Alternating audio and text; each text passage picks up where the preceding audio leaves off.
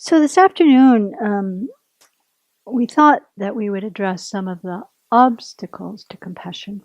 But before we get there, I am very curious to hear people's responses to our meditation this morning on seeing the difficult person as a baby or as a very old dying person. Anybody have any particular response? Somebody brought it up in the discussion and I thought, well, let's check in. How was that? I couldn't help but put an angry face on the little baby. Ah, He was an angry angry he baby. was an angry baby crying. And then I was able to see him a little bit as unloved. Mm, A little bit as unloved. yeah. Was that some movement for you? It was some movement, Yeah. yes. And what about then the dying, if you saw the person through all the way to the end of a life? I have to be honest because I said I'd be honest, right? Yeah. I was really exhausted and zoning out when Yeah. when we got to that part of the meditation. Yeah, that's okay too. So I've heard that meditation before, and honestly, when it comes to certain politicians, I've used it, and it hasn't really worked so well. But I did have a little movement today when I was thinking about my neighbor across the street, who I'm not. I don't see him as somebody that I hate, but somebody is I find annoying, And so I was, and actually that really did help stop because my initial, bringing him to mind brought some stuff up for me for a lot of different reasons. And then when I thought of him as a baby and maybe the child, the upbringing that he had, and I wondered what his parents were like for him to be behaving in this way, or at least in the way that I see is kind of somewhat harmful. It did soften me quite a bit actually, and not think of him and quite it softened me for sure. It helped. It made me see how I see her as quite fixed in this one state of severe obnoxiousness, I think was the term that was used. And going back, I went back to, I think I'd seen a photo of her when she was quite a small child, so not a baby, but a small child, and the joyfulness that was embodied in that photo. And then I brought that to life and connected with, especially because she's quite a bubbly, vivacious person. So the joyfulness, I can imagine the innocence of that in her childhood, and then the events that certain events I know who are quite difficult in her upbringing. So kind of seeing the path that led to the sometimes state of obnoxiousness that I perceive. So that was really helpful. Yeah, yeah. I sort of slipped a little bit sideways into. The mic a little bit. Oh, okay. Yeah. Did I just turn it off, maybe? Huh? No, just On? bring it up closer to your Okay. mouth. I kind of slipped a little bit laterally into, kind of inspired by something Thich Nhat Hanh said about imagining himself as the child who then became the sea pirate. So I started out as imagining this person as a baby, but then him as a baby and me as a baby kind of got intertwined. And so it became a meditation on if I had been born in this circumstance with these influences, would I be any different? And I don't know, probably not. Probably not. Yeah, that was your conclusion. Yeah. Tim? My insight kind of went away from the specific person and more on how I and us as a culture and a society perceive babies differently than senior citizens and people that are dying. The thought of a baby, it doesn't even matter which baby, brought up one set of responses, and the thought of someone at end of life brought up another set, and they were not the same. And I thought that which was what? Can you identify a little bit? What? Well, babies are more cute and innocent. They're cute. Oh, little baby. They're so cute. And you don't necessarily go, oh, look at the cute senior citizen dying person. It depend. It was more of a tenderness, or maybe depending on the situation, maybe a less positive response, Yeah. how high maintenance this person has become. Yeah. Um, Although the babies are pretty high main. agreed. Yeah. But I thought that But was they're cute. that was that was my insight, was just how we kind of perceive them differently. Yeah. And it's interesting too, because in some ways, although that's not the explicit point of that meditation, it is an implicit point of that meditation. Because in truth, we send the yellow or the pink balloons, or we send the blue balloons, or, we get all excited about the birth of the baby. But from the moment of conception, where is that baby going? And whether that happens before they're born, shortly after birth, somewhere along the way, or at 99, that's where it's going. Well, maybe it would help. Send the 99-year-old a balloon. That cheers them up a lot. But the point being that this person is a whole continuum, and it's not just this life's continuum. But we do have different reactions at different times to different people. And so this fixed image we have of that terrible person in that moment is just a snapshot in time, and it's not even an accurate snapshot. It's our snap happening inside our own mind. And also Dennis's thing about, it's especially the politicians. The rich and famous are a little bit harder sometimes for us to have compassion for. But think about the problems those people are born into. So much suffering. Oh my gosh. The commitments they have. I used to work in fundraising and knew some extremely wealthy people who were actually quite generous. Obviously, that was the context in which I knew them. But the social obligations they had to maintain, the appearance they had to maintain, the front that had to be there, their role in society, who they were thought of as this person in the city, the burden, the pressure of that. Their kids have eating disorders because they're like totally stressed out. They can't really talk about their eating disorders in public because their children shouldn't have eating disorders, right? I mean, terrible boxes. So, we can expand our compassion to really look at all the different kinds of situations that people are born into, not just those who are downtrodden or have, terribly alcoholic families or whatever it is that piques our compassion. So on a little bit further reflection, I realized it wasn't just exhaustion. Uh-huh. I think that I more intentionally tuned out the fact that I didn't particularly want to see this person make it that far.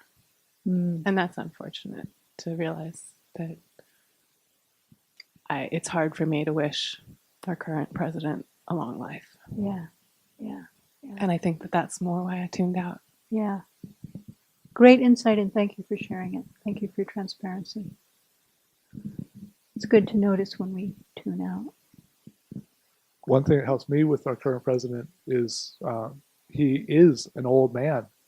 And I've been seeing firsthand very intensely what the experience of being old is. I went into the history of 45's family, and his father, whose name was Fred, I believe, he was in his 80s, I think, when he passed away. He had Alzheimer's. And I'm thinking, well, maybe some of the mess we're seeing is a precursor. Yeah. And what suffering that is. Pardon me? And what suffering that is, too. Yeah. Yeah. So, did people have a hint about who's on the back wall there? That one is Donald Trump. Top right corner, left corner. Look at the mom. That's Hillary Clinton. Sorry, Hillary Rodham at that time. The middle one? That's Barack Obama. The one on the right? Angela Merkel. Determination on that face. Bottom left, only a Canadian would know. Only a Canadian would put him up.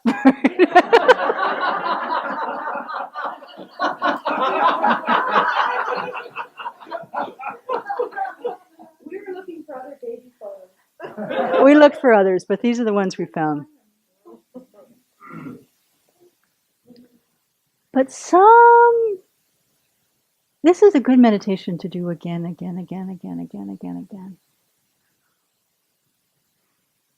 Don't necessarily take the hardest person. Try it on others. Try it on the mildly obnoxious one. Who's that? Oh, Dan's mildly annoying neighbor or what? But it helps us to stretch our mind a little bit, to recognize that, the qualities we perceive in these enemies, these difficult people, we think are completely objective, coming from that person. It is who they are. And the more we can expand our mind a little bit to see that that person is not a cartoon. It's not a two-dimensional being. There's a whole life that came before the moment that we hate. There's a whole life that will come after we've forgotten they exist.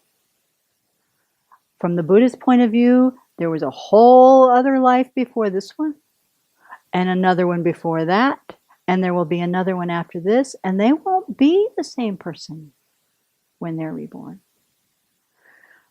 From the time that we die, all that goes with us is the imprints of the actions that we've done in this and previous lives.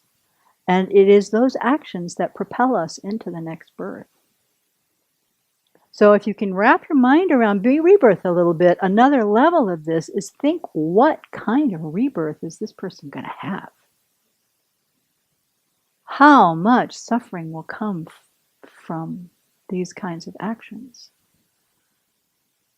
Think about the long term. And, also, even if we think of someone like the president, that wealth, from a Buddhist perspective, that wealth came because of generosity. Immense generosity. In some life, sometime, the fruits of which are being enjoyed in this life. And maybe are being spent in this life, you might think. So, that there's even a human body. Human bodies come from virtuous actions. Human rebirth comes from practicing generosity, ethical conduct, fortitude, joyous effort, concentration, and wisdom. Principally ethical conduct. Principally ethical conduct. Right? So if we think about the past, how did these people get into these positions even? There was goodness there. I may talk about goodness here in a bit, but so it's expanding our view or our mind.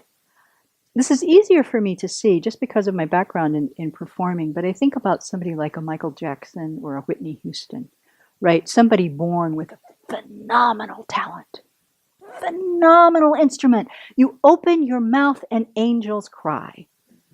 Now, I aspired for that. I didn't get it. But to appreciate that in somebody else, I very much appreciate that. And then I look at what kind of life did that gift bring them? So if you aspire to have an IQ of 170, look at the geniuses. If you aspire to be a billionaire, look at the billionaires. So whatever your aspiration was, look at those people that have what you always wanted or thought you should have and do. Look at that life. Whitney Houston, even now it breaks my heart. Raised in the church, sang with such a beautiful, amazing kind of faith at the beginning. Somebody got their hands on this girl. Oh, we're going to make some money on this kid. fame, drugs, death, early death, destruction of her life, her children's lives, the family's lives around her. So if we take somebody that we can love, like I don't know, maybe everybody didn't admire Houston, just her talent, but somebody like that, and then look again, take that baby thing again to somebody we have trouble with. They have tremendous suffering too. We don't see it. And can we use that to help wake up our compassion now? Having compassion does not mean we condone a behavior. These are separate things. But as we said last night, and I think we said it again this morning, compassion is a state of mind. And we have to recognize suffering. We have to see beings as lovable in general. And that's hard with some of these people, I will grant you. But looking deeper to say, well, this person is a sentient being with a consciousness that has the capacity to become a Buddha. With a consciousness that has a capacity for great loving kindness. How sad that whatever their upbringing has done for them right now has thwarted that, stifled that, turned it into a different kind of direction. And what kind of karma are they creating for the future? Why do we do that? It does not help the person one bit. We do it first because it helps our own mind. Does that make sense? First, it helps our own mind. That's back to His Holiness's thing, be wisely selfish, care for others.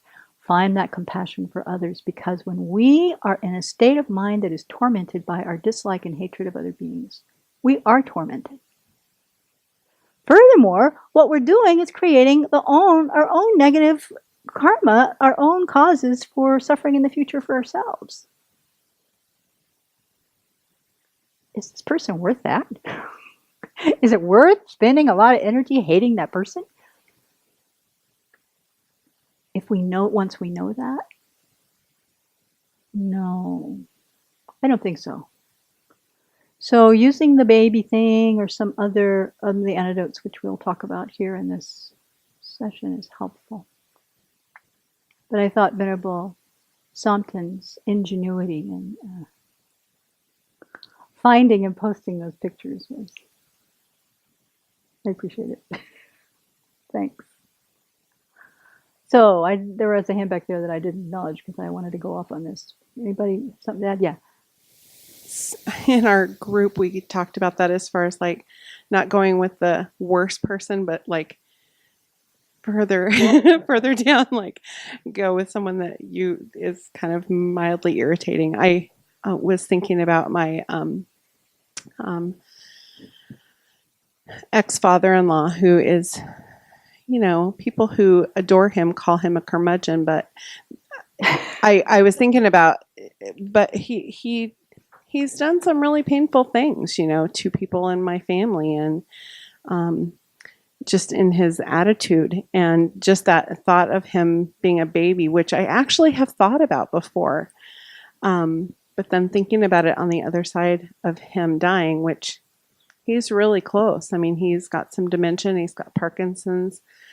I actually kind of put it, the day that I was no longer afraid of death was witnessing a very good friend of mine's father pass away, and just totally, well, not by chance, but there happened to be several women around this man's hospital bed, and that was when he took his last breath. And it was such an amazing and powerful, and I had to sit with that for a really long time experience. And so I actually thought about that experience and how I felt, and then put it with my father-in-law. And I'm like, okay, I can deal with him for however much longer he's here because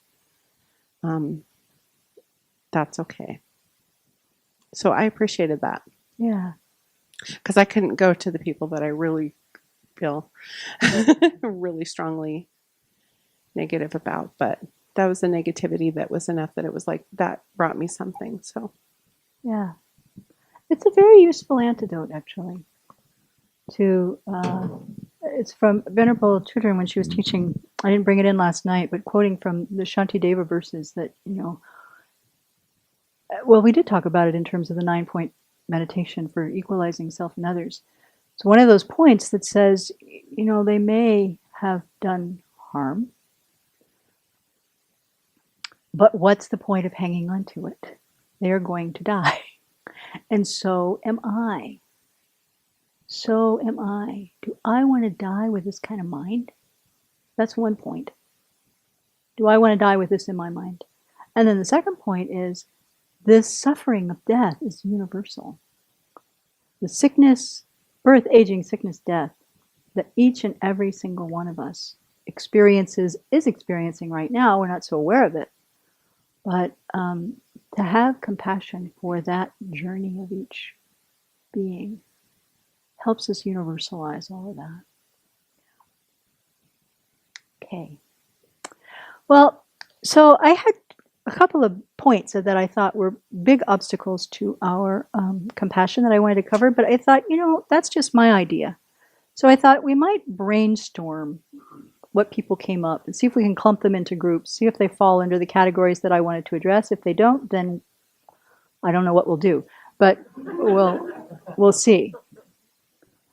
So what are some of the obstacles? What inner qualities? What habits? What gets in the way of our wanting to do this whole meditation on the baby thing, for example? What are the qualities that get in the way? Inner qualities. Jealousy. Fear. Habit. Yeah. Habit towards jealousy. Habit towards. Yeah. Self-centered thinking. Righteousness. Apathy. Lack of motivation. Is that part of apathy? Why should I have compassion? I have no motivation to have compassion. Okay. Cynicism. What did Bimble Simke have? Laziness. Not recognizing suffering. Resentment. Yeah. Demonizing. Blame. Oh, yes, blame. It's your fault. Lack of forgiveness. Comparisons between good people, bad people, myself and others. Comparing mind. Pity. Very good. A near enemy of compassion. Wrong view. Partisanship.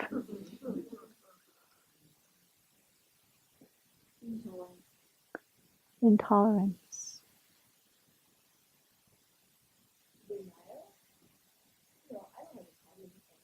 Yeah, denial. Attachment. Impatience. Yeah. That's an army of things. No wonder. Personal distress. Another near enemy. Personal distress is related to moving outside your comfort zone because I don't want to move towards you in compassion because it causes me distress. It makes me uncomfortable. I see. So that's it. I see. Is that the way you see it? Sure. Okay. What I see here is we have a big lack of understanding of the value of compassion. Would you say that? Like if we understood how, or maybe understand is even too much, if we got in our gut, the way Venerable Jigme's question brought us to, how does it feel to have, to have a compassionate state of mind? If we had a real awareness and experience of that frequently enough, I would think the discomfort of any of these things we'd nip it immediately. Consequently, as we were talking about in my group, anything that we can do to artificially invoke these qualities of compassion with our bodhicitta motivation, anything that we can do, any meditations we can do to help bring that to mind, to see its value, to see the benefits. We talked about them last night. We talked about them again this morning. We listed those benefits of cultivating altruism, loving kindness, compassion. This begins to shift the habit of mind. The reason these dominate, they're familiar. They're habits. That's okay. It's not like we're shameful people for having them. Even His Holiness the Dalai Lama, he says, if you just watch your mind for a short period of time and notice the negative thoughts versus the virtuous thoughts that arise, you will see that our negative or destructive thoughts come as frequently as a mountain stream running down the mountain. And that our virtuous thoughts are more rare. He says, I've seen that in my own mind. I go, really? But he doesn't lie. He's only pointing that out to show us the habit. Because he is convinced, and we're trying to convince ourselves, we're trying to understand ourselves, that the virtuous qualities of mind can be cultivated. The seeds are there. And we can, through practice, through running our mind over and over and over and over and over to the reasons for cultivating compassion, replace these with something else that's virtuous. So there are a couple of big ones that I wanted to talk about. I think a lot of them fall under the judgmental mind, the judgmental habit of mind.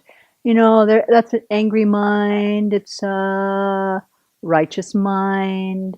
It's can have resentment in it. It's a blaming mind. Lack of forgiveness. It's a comparing mind. I think pity could go into there. Anybody here have a critical judgmental mind? Anybody here not have a critical judgmental mind? No, it's a habit that we live with. It's so much a part of our thoughts racing down that stream. We don't even notice it, actually. I think that's true. I think that it takes a lot for us to begin to be aware. Because I don't know, maybe it's education or something, but we're discerning, we're sorting. I guess it's within our mind itself to make discriminations. It's one of our aggregates, for goodness sake. The difference between this and that, and that and that, and how these The problem is that because of our self-grasping, because of our self-centeredness, we're at the center of it. So there may be this and that, but it's not me. So if it's not me, then it's different. Then I'm either above or below. But this equality of mind, not so easy to come by. So our judgmental mind is the mind that is, sitting on a park bench, walking people down the street, going, where'd you get that dress? That's a strange haircut. Wow, would that boy pull his pants up? What? We have these thoughts. Every one of them is a critical, judgmental thought. We are judging. I know we have a judge in the room, but in a different kind of way, we are assessing and comparing what? Compared to what? Me. Compared to me. My view of what should be. How things should be. How people should look. What's attractive to me. What's unattractive to me. Would you say there was some self-centered thought in that kind of thinking, right? So it really gets us in trouble a lot. I think it may, I want to come back to the how do we deal with our discouragement, which is the other issue I want to look at. But I think actually the judgmental mind feeds this, because the judgmental mind is the mind that's built on should. People should be like this. Who said so? Me. The world should be like this, according to me. Venerable Children calls these our rules of the universe. I should be like this. Self-judgment, self-criticism. Says who? Me. I'm the authority. I've made the rules. People fit them, they obey them, and then they're my friend for a while. They stop obeying those rules. Off with their head. No friend of mine. You think that's true? If you just think about your own experience for a minute. So one thing, when Venerable Children gave a talk on this several years ago, we did a retreat here called Activism with Altruism. And we talked about the judgmental mind a lot as the motivator for a lot of our, even our, what looks like positive actions. But underneath it, there is that judgmental mind, an angry mind that says, this is not how I would do it. This is not how I think it should be. And rather than coming from a place of compassion for our action, that really wishes people to be free of suffering, we're coming from a place of, that is wrong. You are wrong. I am right. And you are wrong. Being right is one of the things we need to put up here as an obstacle to our compassion. Oh, I am right. Oh, we have righteousness. We have. Yeah, Becky put it up here. I am right. You are wrong. The judgmental mind divides us into us and them. Whatever usness means at any given moment, whatever themness means at any given moment, it's our judgmental mind that's making that distinction. And then, when we have the judgment, what does we then do? We put others down. Right? Immediately we've made that wrong, and then we trash them. Up one side, down the other. Blame, destroy. Trash. What do you think lies behind that mind? Aversion, and then what? Pride, thinking, I'm better. That's superiority. Yeah. Insecurity. Insecurity. Wanting to be right. Wanting to be loved? Maybe. Wanting to be accepted? Wanting to be good? Maybe.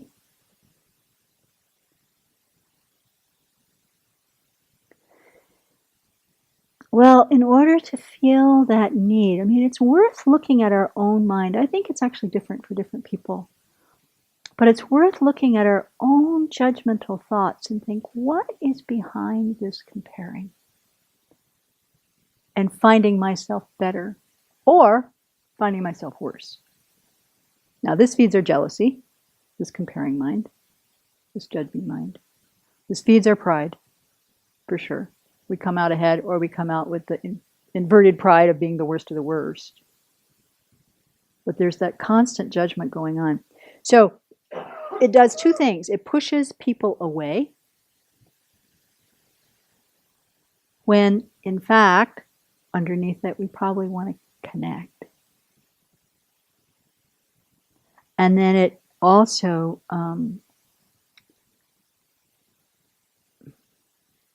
by judging them, and we put them in a place that's different, inferior, different from me, then even if we do connect, we still have them one down.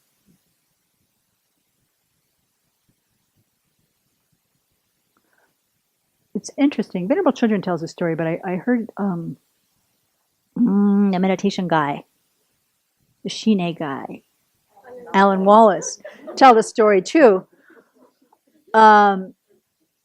about, well, she got it from Geshe Naming Dargye, so maybe I'll cite his story instead, where he was saying to his students, you all get together and you talk about this one and that one and this one and that one and this one and that one, how this one doesn't do this and that one doesn't do that and that one doesn't do this and this one doesn't do that, and then pretty soon all you have left is the two of you. Makes you two the best in the world. And then secretly, of course, inside, we're both thinking we're a little bit above the other one too. But you see how we do this in our language, right? You go into an office, we all kind of have our little cliques, and then we talk about these, and then they talk about this, and we're better, we're more efficient, we do the job, they don't do the job. Or we know the rules, they don't know the rules. Or those people always follow the rules, they're so boring, how come they don't appreciate our creativity? Whatever, we can find a way to separate ourselves from that critical, judgmental mind. And out of that comes that aversion. Out of that comes the potential for anger. Right? It's like the fuel that's just simmering underneath. Constant judgment. So that when they hit our, this shouldn't happen to me hard enough, boom, there goes the flame. This shouldn't, you shouldn't, people shouldn't be this way. You shouldn't do this. This shouldn't be happening. Yuck.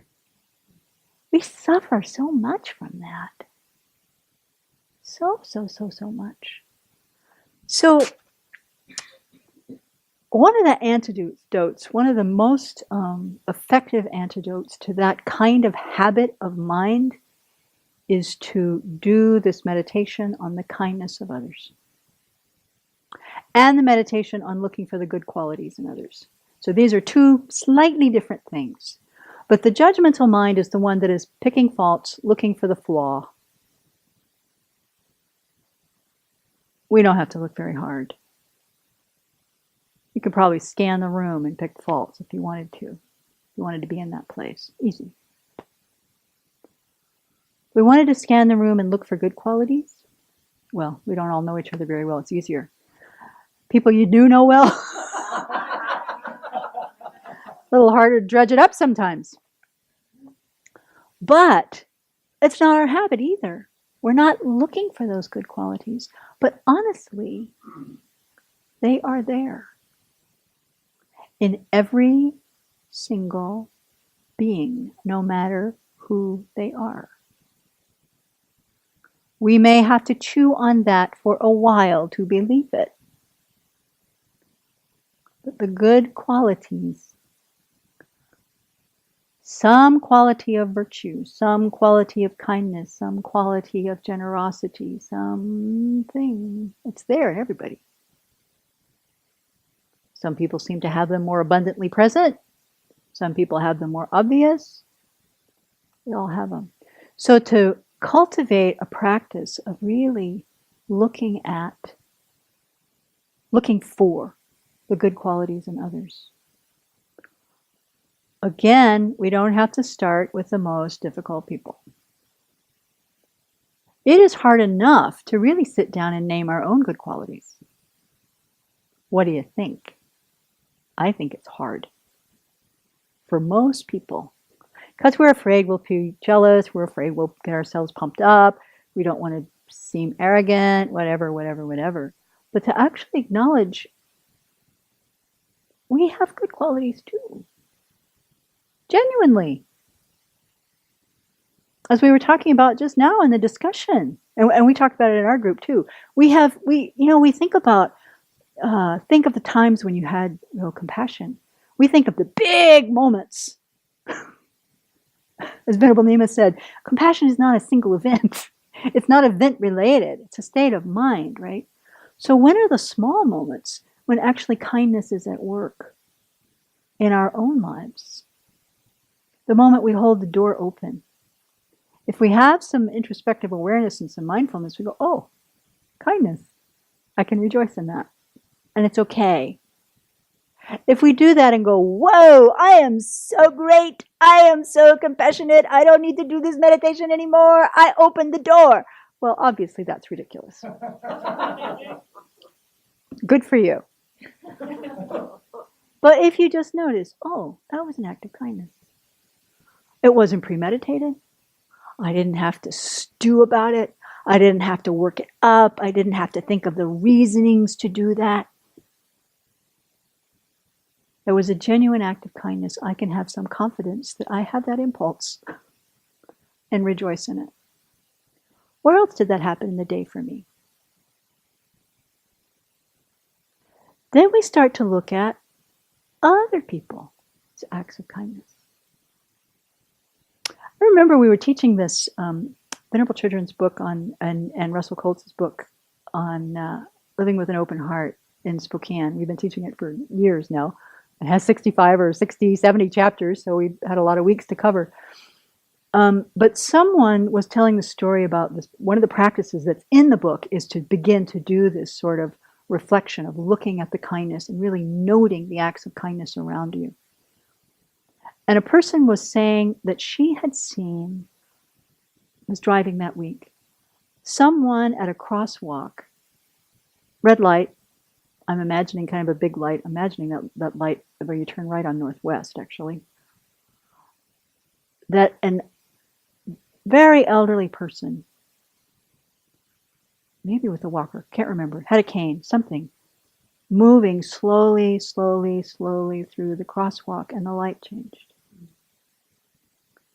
And everybody stayed still. And the woman telling the story was almost in tears. She said, I never would have noticed this before.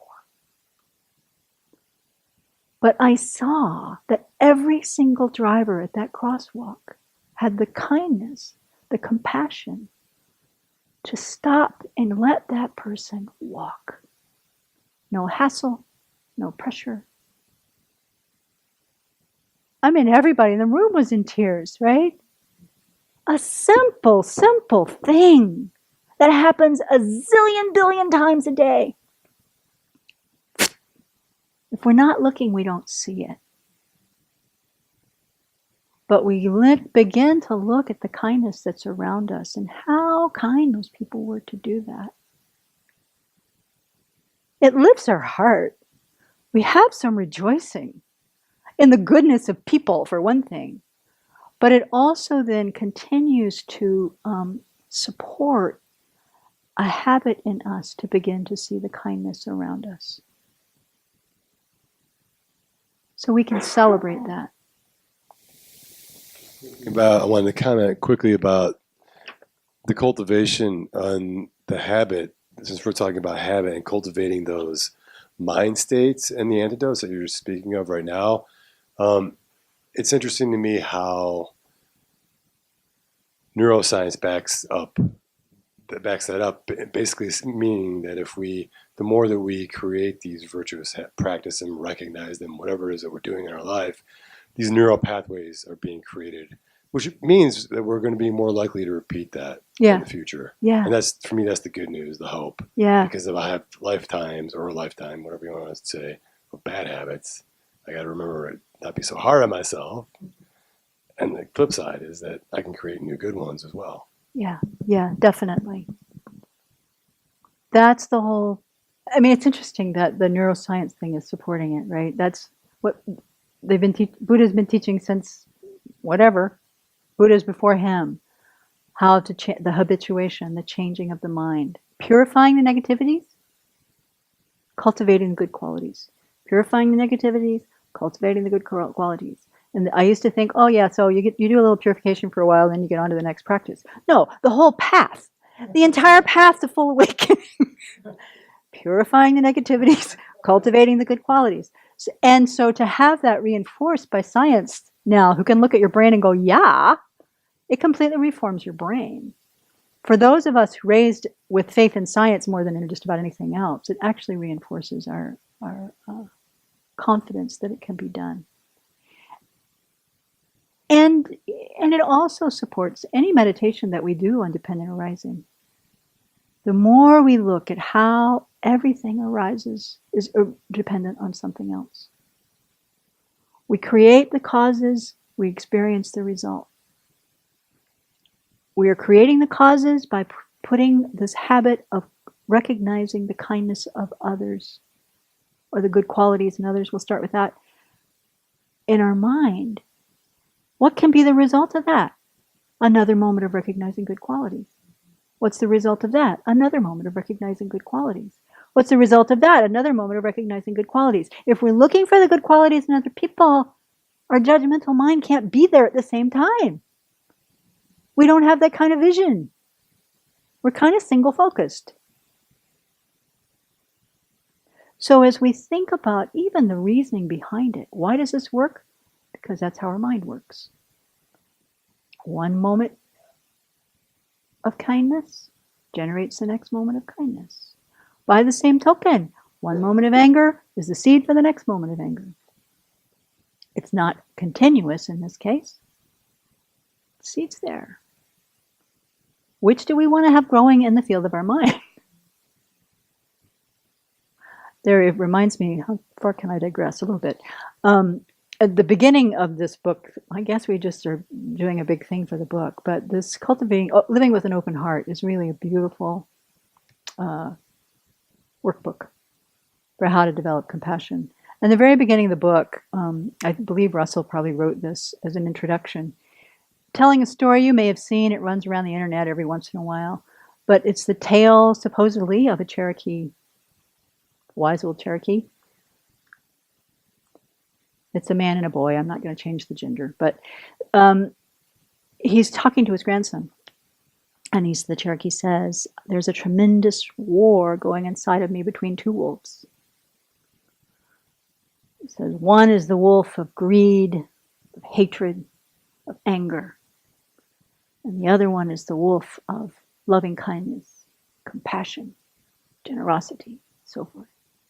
It's a terrible fight. And it's going on inside of me, and it's going on inside of you. And the boy looks at him with big eyes, and he says, Grandfather, which one will win? And the grandfather says, the one I feed. The wolf I feed is the wolf that will win. I love the analogy. It's so clear. What are we feeding? Are we feeding our critical judgmental mind? Are we feeding the mind that is looking for the good qualities of others? The next very kin meditation to do in that same vein is then also to look at the kindness of others. And I'm going to talk us through it again. We talked about it last night. We talked about it this morning. We're going to talk about it again a little bit. And that is just deliberately spending time every day thinking about the kindness we have received in this life. And the categories that we're looking at are first of all, the kindness of our parents. And this one's important. In our culture, it is hard for a lot of people. Because, thank you, Dr. Freud, we blame pretty much our whole lives on our parents. I mean, everything that happened terribly to us. And it's true, people grow up in very difficult circumstances. I do not mean to diss that in any way or diss my own background. However, it's also true that if our parents did not take care of us when we were small baby, firstborn babies, we would be dead way long time ago. You remember anyone who's ever held a newborn. They can't do anything. They can cry. Hopefully they can pee and poop. And they know to suck. That's it. They have to have something to suck in order to pee and poo, or they will not live. They have to be kept clean and warm, or they will not live. That's them. We were that. We were that. And somebody did that for us. Not just the first day, not just the first week, not just the first month. For years, somebody has to do that for us. You know, by the time you're what, 3, 4, Lene, you've got a kid about this age. When do you start buttoning your own shirt? You're not there yet. She's 4? Yeah, she's 4. Okay, so for years before we're putting our own shirt on. Some years later, we're learning to tie our shoe. Who did that? Somebody taught us that. Somebody, when we were very young, began to teach us how to eat without spitting our food all over the place. And before we could eat that way, they were giving us something that we could eat and digest. I mean, we can go on and on and on and on about that kindness. We know it happened, even though we can't remember it, because we are alive. So you spend a lot of time thinking about that. And I will tell you, for people who have trouble with your parents, how you were raised, the difficulties of childhood, that meditation can be profoundly healing. It does not, again, it doesn't deny any other difficult situation that arose.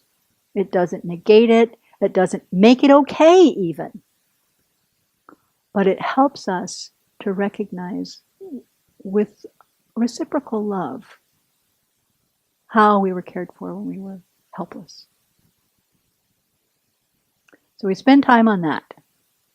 The next category of people that we think about of the kindness is our teachers. Now that includes our parents, who taught us to talk, for example.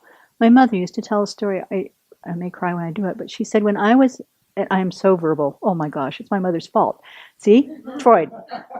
But she said when I was a baby, she would put her hand, my hand, she'd take my hand, she'd put it on her throat. She'd say, honey, this is where we talk. This is how we talk. And she would be right in my face, and she would talk. My mother did not baby talk me. She talked to me in direct, complete sentences.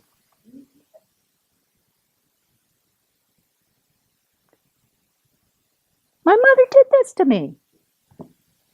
I learned to talk that way. We all learn to talk something like that, or we wouldn't be talking. All of us. Then there are the other teachers. So maybe with the kindergarten, somebody taught us how to not pour our juice on Johnny's head. You didn't get that memo? You still pouring juice on Johnny's head? Oh, Dan. Come to the Abbey. Right? Those kinds of people. Or we have scout leaders. Or whatever groups you join these days, I don't know. We had a Brownie Scout leader who had only boys. So she wanted to be a Brownie Scout leader because she loved having little girls. She had a beautiful English accent. She would read us Winnie the Pooh stories. That was the whole extent of my Brownie experience. But I loved English literature. From that moment on, who were these people in our lives as children? We learned so much from so many people. Some of them were our classroom teachers. Some of them were all kinds of other people. You know, the church choir leader, it taught us to sing and gave us the solo and gave you the impetus to go for it. Whatever. We think about all of those kindnesses. You spend, a few minutes on a cushion with that thinking. You start to become very grateful. Right? Then from teachers, we go on and look at and this always goes up to our career. How are we making a living now? You're getting a paycheck somehow or another. Where'd you get that skill? None of us were born that gifted. Even you're born gifted, you have to learn how to use it. So we take that all the way up to whoever taught us this morning some special tip about a great way to improve our bread making. Then we start to think about strangers. Who made the cushion you're sitting on right now?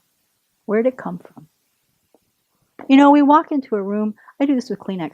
We walk into a room. There's a box of Kleenex back there. I have kind of chronic allergies.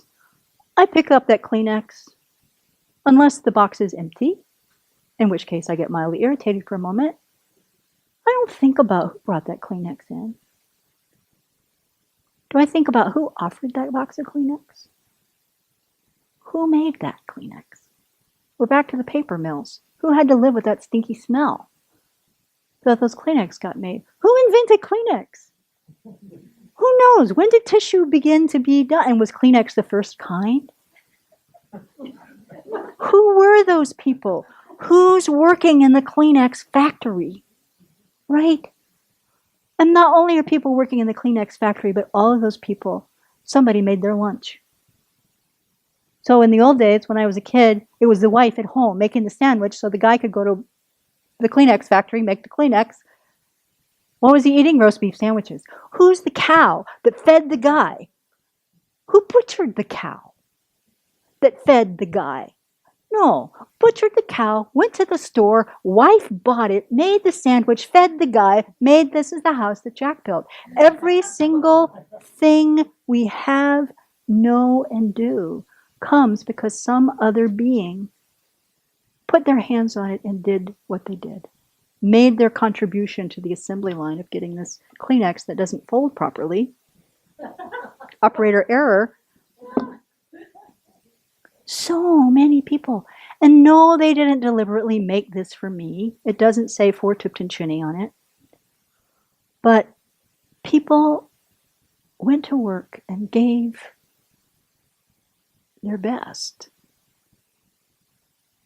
Gave their heart. Went to work to feed their families. Went to work to care for their aging parents.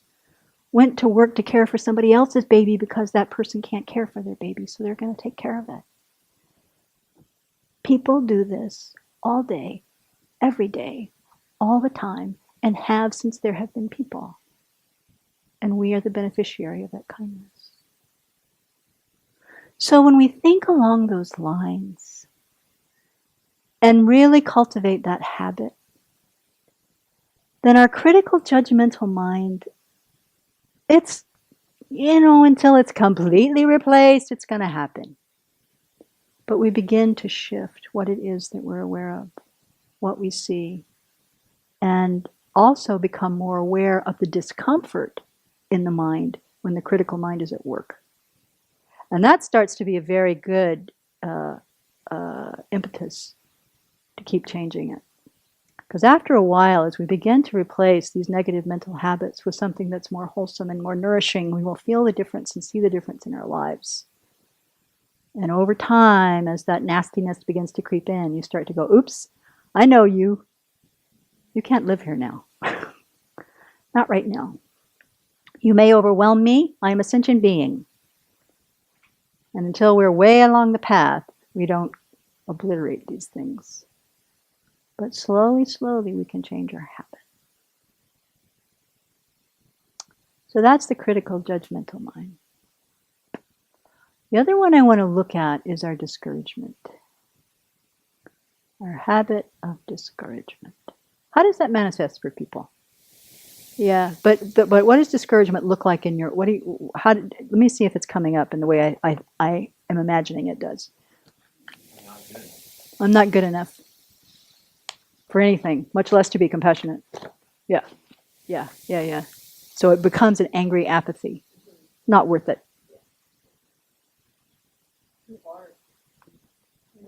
Too hard. Suffering is so great, and what I can do is so small. Might as well have another martini. Sort of. It's sort of that same mind. even if that's not our checking out of choice anymore. Too overwhelming, too hard. The shoulds come up. Oh yeah, I should come up. Yeah. Okay, sorry. Yeah, okay. So we have I should be able to do that, right? Ken's was suffering is so great. I can do very much. I can't do much. What I can do is so small. Too hard. Too hard. I give up. Too sad. I give up. Sound familiar? Too hard. I can't change anyway. I'm not good enough. I'll never be good enough. Nothing I do matters anyway. Nobody cares anyway. My favorite. It's funny.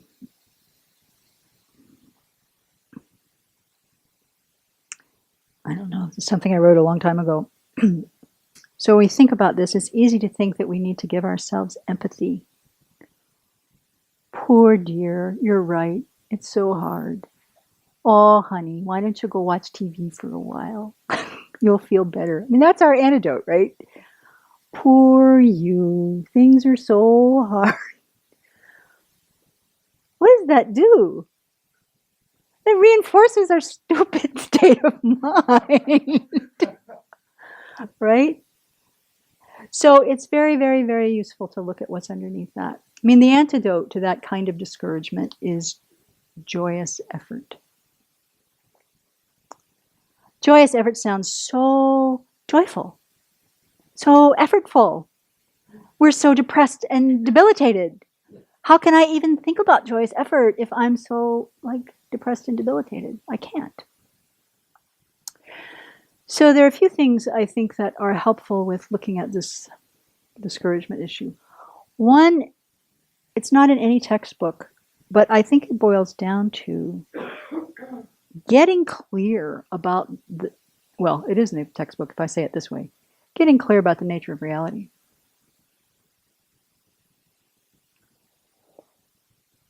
Part of our delusion, part of our distorted view of the world is that we put expectations out on things. It's that should business. I expect everybody to be nice to me. I expect everybody to care about migrant workers. I expect everybody to like barbecue, vegetarian barbecue to be exact. And when they don't, I am shocked. And when they don't, I feel helpless. They don't like my barbecue. I quit. I'm not cooking for you anymore. I give up. Why am I disappointed? I had the expectation that you would like it. Why do we hate anybody? Somehow we think they're so different and we have the expectation that they should not be who they are, how they are. We set up expectations about how things should be, and then we measure our success and failure against that. We measure the success or failure of the world against that. And then we get discouraged because it seems so big. I'll tell you a story. I was in Toronto in 2004. His Holiness was teaching. And he gave a public talk. 24,000 people in this Coliseum in Toronto. It was about 3 or 4 days after the Abu Ghraib prison photos were released. Some of you may remember that during the Iraq invasion and occupation, it was revealed that American soldiers were holding Iraqi prisoners and then doing horrific, abusive things to them. And for fun, taking photos and spreading them around, as I recall. That was the incident. And then these photos became public. There was a horrendous outrage, of course. And I was in Canada, right? I'm in Toronto. So people are happy to talk about the rotten Americans. So we were outside because for some reason, some security reason, we couldn't get in. It was cold and it was raining and people are just talking about these photos and, you know, how horrific human beings have become and how awful it is that the Americans were in Iraq in the first place. And, you know, and I was right there with them. I didn't disagree. But there was time for that whole sort of black mood to foment among the crowd. It was the heavy clouds. It was raining. I mean, so we go in, and His Holiness gives a beautiful talk. 24,000 people, as I said. And then he takes questions at the end, as he always does. And one of the questions was, in this day and age when things have gotten so horrible in our world, so dangerous and so frightful, how do we maintain a sense of optimism? And even as the question was being read, you could just feel this. And His Holiness took at this question. He says, I don't agree. And he proceeded to say, look at what's happening in the world right now. He said, think about all around the world, everyone who is in a hospital is being cared for by a professional who is caring for that person who is ill. How many people is that? He went on to say, think of all the children right this minute who are being put to bed by loving parents who care about them, who want them to sleep well, who want to get them to school tomorrow. Think about that. And then he began to outline this kindness of others meditation. One group after another, after another, after another, after another. He said, I've talked to the Queen Mother of England, who at that time was still alive. She died at what age? 101? Yeah. He said, she's seen even more than I have. She thinks the world is actually getting better. He went on to say, people around the world are communicating around wanting peace, wanting world peace. On and on and on, he was making this case for how things are actually improving in our world. And you could see it. It was so palpable. This crowd that had just been lift, getting lighter, getting lighter, getting lighter, getting lighter, getting lighter, getting lighter. Leading 24,000 people in the kindness of others meditation had a profound effect on that moment. And you know, he's right.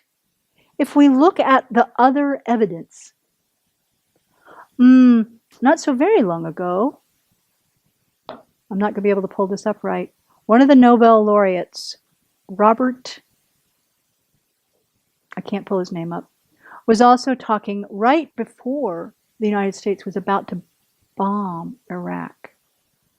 He was giving a talk in San Francisco. He was also quite old at the time. And people were asking him the same kind of question, like, how can we maintain hope in this grim hour as the United States is about to drop bombs? He said, are you kidding? There have been more people marching for peace than have ever marched for peace in this world. Yes, said he, there will be more war and destruction. But we have never seen a movement towards world peace like is happening now. And I think about that. I thought about that when we did the Million Women's March. You know, we were in Spokane.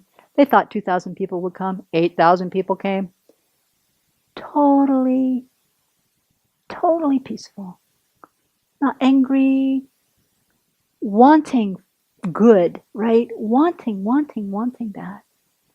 Coming from a heartfelt place of all kinds of causes. Everybody had their own sign about what their issue was. But coming together for the benefit of all. Also just a moment in time. But we can see that somehow if we change our own mind, we can see all the positive energy that's around us. Now, we have our work to do. We have our list of these things. We have our self-centeredness in place. We have all that. But we also have the potential to become fully awakened. So when our self-discouragement, our denigration is running us, what we're doing is blocking our potential from growing. And, that sounds like when we're really into our black hole of I'm no good and nobody loves me and I can't do anything right, listening to that may or may not have much effect. But again, when we're not in a black hole, we spend a little time every day thinking, oh, I have Buddha nature. Do I really? Investigate. What is that? We need to learn what that is. I have Buddha nature. We have to investigate. What does that mean? How do I develop it? We have to convince ourselves that the Buddha's teaching is true on this point. And that comes from study and reflection. But then, the more we think about it when we're not in our black hole, I will guarantee you from personal experience, we don't go there so often. And there will come a day when you may go, wow, I haven't been in that place in a long time. And our self-confidence, Venerable Children says, when our self-confidence is built on our understanding and conviction that we have the capacity to become fully awakened, that is not a prideful place. It's not going to get us in trouble. It is only going to carry us forward. And then we have tremendous fortitude to look at the nature of things as they are, not with expectation, but to go, oh, this is how the world is. That doesn't mean I just accept it. I don't just roll over and say, okay. A lot of people, all of us, are operating out of anger. A lot of us are operating out of fear. A lot of us are operating out of jealousy. Yes. And we all have potential to change. And things can change like this. And my contribution makes a difference, however small it may be. You know the story about the starfish? Yeah. Again, I'm not going to get the details right, but the story goes, a guy, can't remember who, and another guy are walking along the beach. All these starfish have washed up. All these starfish have washed up. Have you ever been on the Oregon coast when this has happened? You've seen it like littered with starfish washed in on the tide for some reason. And one of them starts to throw these fish back. There are millions of them. Starts to throw them back one at a time, one at a time, one at a time. Just walking, throwing back the fish into the water, starfish in the water. And the other guy says, why are you doing this? There's no way we can possibly. This can't make any difference, the amount of starfish that are here. But the one who's throwing it says, it makes a difference to that one. And he keeps throwing those fish. Oh, I did not bring the poem I wanted to end with. It's just like that. It's just like that. They keep coming, we keep rising is the punchline. They keep coming, we keep rising. So difficulties in our own mind arise. Okay, we just take on that one. Difficulties in our own life arise. We take that one. Difficulties arise around us. We take that one. There's a Shantideva, a great sage that gives us the Bodhisattva teachings, has this wonderful verse where he says, if you can do something about something, if there's a situation exists, if you can do something about it, why be upset? Just do it. If you can't do something about it, why be upset? Nothing can be done. Leave the upsetness out. We take on what we can, we do what we can do, and we let the rest go. They're all mental states. I think we have to, from a practical standpoint, consciously ration the exposure that we have to the news. When you watch the evening news, if you're lucky, maybe the last couple minutes there will be a human interest story, but the other 95+% is usually negative about all the harm Mhm. rather than the kindness. Mhm. So I propose what we should do. We should go down to that intersection in Spokane and find that elderly person and have him walk across the street again, but this time call all of the local news agencies and tell them that we have a feature news item, Yeah. and let them come down and film that and make that the feature for the evening news. My only concern about that is someone would then accuse us of creating fake news. Yeah. Good point. Good point. Yeah. Well, one of the list of the 6 things that spark, invoke, trigger our afflictions, among them is the media. And so it's really important to pay attention to, what we're putting in our own mind and then what we fill our mind with. It's a really good point. There are good news publications. And the Christian Science Monitor has a little section in the back of its news magazine that lists the good news every week. But yeah, it's a really good point. So we do need to be careful, pay attention, what kind of environments we put ourselves in, how we want to continue to condition our own minds. And then I still didn't get to the piece that I wanted to talk about in terms of accepting suffering. Well, maybe tomorrow we'll get to it. It's the acceptance of just understanding that we are in samsara. What does that mean? It means that this body and mind combination right here and yours right there is completely under the influence of karma and the afflictions, chiefly ignorance, anger, and attachment. What good can come from that?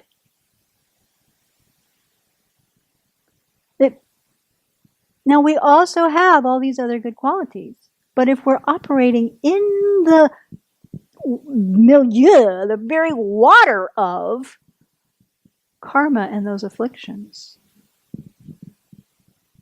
it's not paradise. It's not perfect.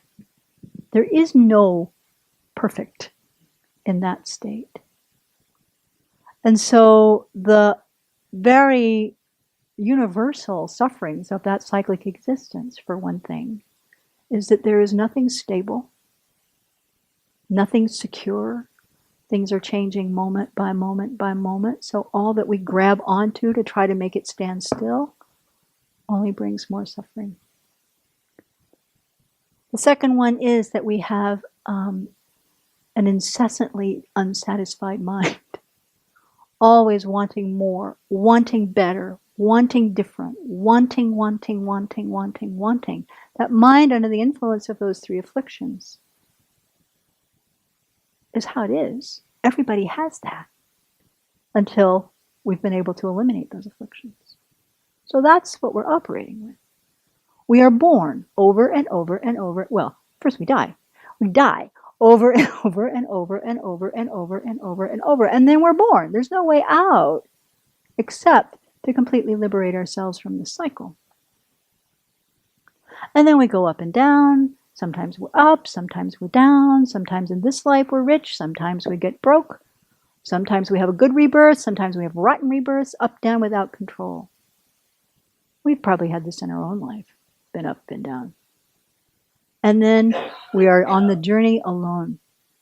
No matter how many people we try to grab around us, how deep our family ties, how strong our relationships, whatever, we are born alone. We die alone and do this journey and experience our suffering alone.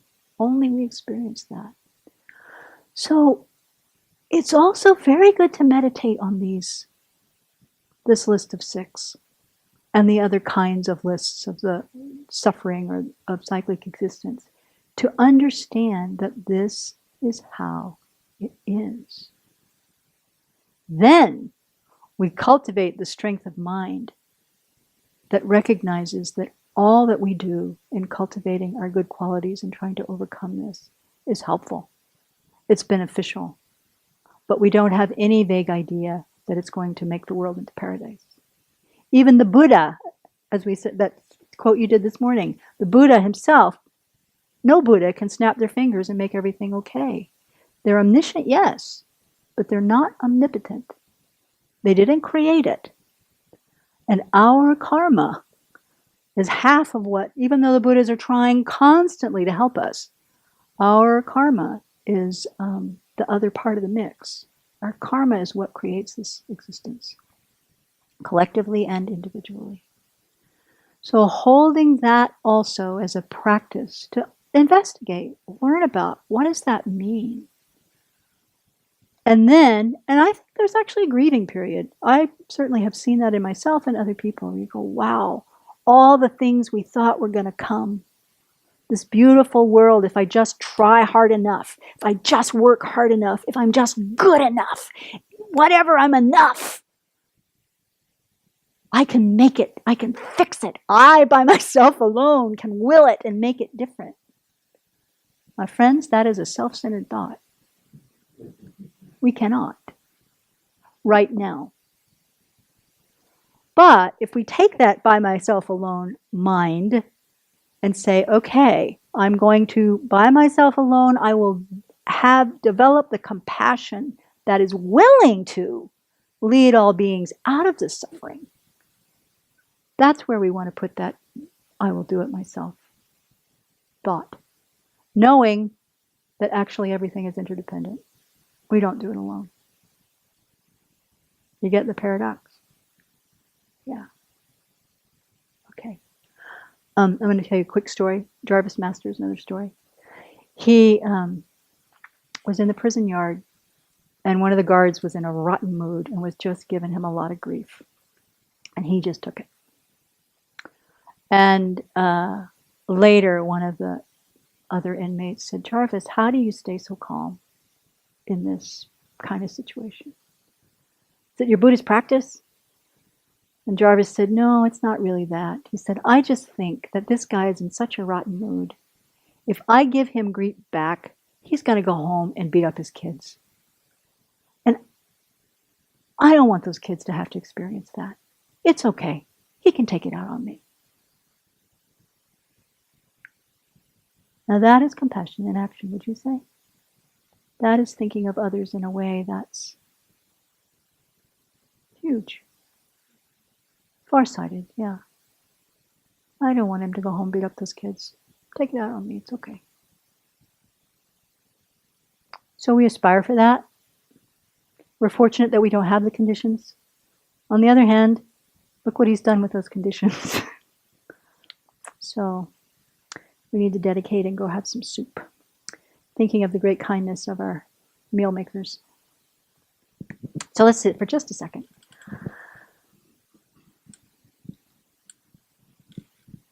Thinking about all of our potential and also the potential of everyone.